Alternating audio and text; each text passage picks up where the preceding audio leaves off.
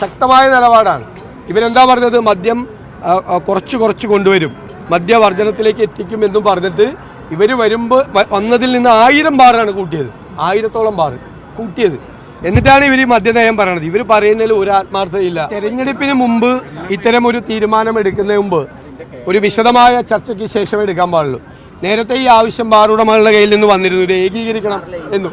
പക്ഷെ ഒരു തീരുമാനം തെരഞ്ഞെടുപ്പിൻ്റെ സായാഹ്നത്തിൽ എടുക്കുമ്പോൾ തീർച്ചയായും അതിൻ്റെ അകത്ത് ദുരൂഹത ആരോപിക്കപ്പെടും. അപ്പോൾ അതുകൊണ്ട് വളരെ ഗൗരവതരമായി ഒരു ചർച്ചയ്ക്ക് ശേഷമായിരുന്നു ഈ തീരുമാനം എടുക്കേണ്ടത്. ദൗർഭാഗ്യവശാൽ പെട്ടെന്നാണ്, ഇലക്ഷൻ്റെ സായാഹ്നത്തിലാണ് ഈ തീരുമാനം എടുക്കുന്നത്. അതിന് ആക്ഷേപം ഉണ്ടാവും ഉറപ്പായിട്ടും. ഈ ഏകീകരിക്കുന്ന ഒരു പ്രശ്നം വന്നിരുന്നു നേരത്തെ. പക്ഷേ ടൂറിസം കേന്ദ്രങ്ങളുടെ എണ്ണം പെട്ടെന്ന് കൂട്ടിയത് തന്നെ ഈ ബാറുകൾക്ക് ഇത് കൊടുക്കാനുമാണെന്നുള്ള ആക്ഷേപവും വന്നിരുന്നു. അത് ഗൗരവമായി പരിശോധിക്കപ്പെടണം. ആ മന്ത്രിസഭ അത് പരിശോധിക്കണം. വിശദമായ ഒരു ചർച്ചയ്ക്ക് ശേഷം ഈ 3 മണി വരെ എന്നൊക്കെയുള്ളൊരു സമയമൊക്കെ അതിൽ പറയുന്നുണ്ട്. അത് എത്രത്തോളം ഗൗരവമായിട്ട് കാണുന്നുണ്ട്?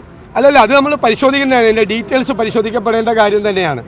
കാരണം അത് ടൂറിസം കേന്ദ്രങ്ങളിൽ നൈറ്റ് ലൈഫ് ഉദ്ദേശിച്ചാണോ അല്ലെങ്കിൽ വ്യാപകമായി ബാറുകൾക്ക് ഇത് കൊടുക്കുകയാണോ എന്നുള്ളതിന് ഒരു ക്ലാരിറ്റി വരുത്തണം, വളരെ വ്യക്തത വരുത്തണം.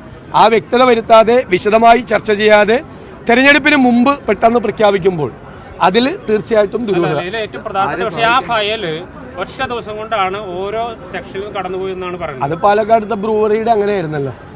ബ്രൂവറിയിൽ ഡൽഹിയിൽ നിന്ന് ഒരു കമ്പനി വന്ന് അപേക്ഷ കൊടുക്കുകയും റോക്കറ്റ് വേഗത്തിലാണ്. ഗവൺമെൻറ് സ്പീഡിലെന്ന് ആരാ പറഞ്ഞത്? ഈ സ്പീഡ്, ഈ കാര്യത്തിലൊക്കെ നല്ല സ്പീഡാ.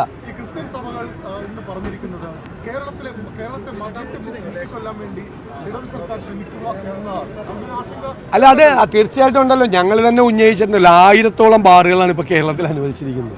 കഴിഞ്ഞ 10 വർഷം കൊണ്ട് 1000-ത്തിലധികം ബാറുകളാണ് കേരളത്തിൽ അനുവദിച്ചിരിക്കുന്നത്. എല്ലായിടത്തും റീറ്റെയിൽ ഔട്ട്ഷോപ്പാണ്. മദ്യത്തിൻ്റെ ഇത്രമാത്രമുള്ള വ്യാപനം അത് കേരളത്തെ ദോഷകരമായി ബാധിക്കും എന്നത് ഞങ്ങളുടെ കൂടി നിലപാടാണ്, ശക്തമായ നിലപാടാണ്.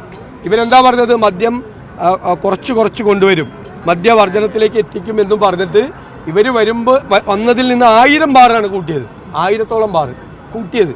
എന്നിട്ടാണ് ഇവർ ഈ മദ്യനയം പറയണത്. ഇവർ പറയുന്നതിൽ ഒരു ആത്മാർത്ഥതയില്ല. തെരഞ്ഞെടുപ്പിന് മുമ്പ് എന്നതിന്റെ ഏറ്റവും വലിയ ഉദാഹരണമാണിത്. ഈ ഇലക്ഷൻ നോട്ടിഫിക്കേഷൻ വരുന്നതിന് മണിക്കൂറുകൾക്ക് മുമ്പ് ഇത് പ്രഖ്യാപിക്കുന്നതിന് അഴിമതിയുണ്ടോ? അല്ല, തീർച്ചയായിട്ടും ഞാൻ അതുകൊണ്ടാണല്ലോ പറഞ്ഞത്, ഒരു ദുരൂഹത തീർച്ചയായിട്ടും ഉണ്ട്. മന്ത്രിസഭയിൽ പോലും ചർച്ച ചെയ്യാതെ പെട്ടെന്ന് വേഗത്തിൽ ഒരു തീരുമാനം എടുക്കേണ്ടത്, ഒരു വിശദമായ ചർച്ച അതിൻ്റെ അകത്ത് ആവശ്യമുണ്ട്.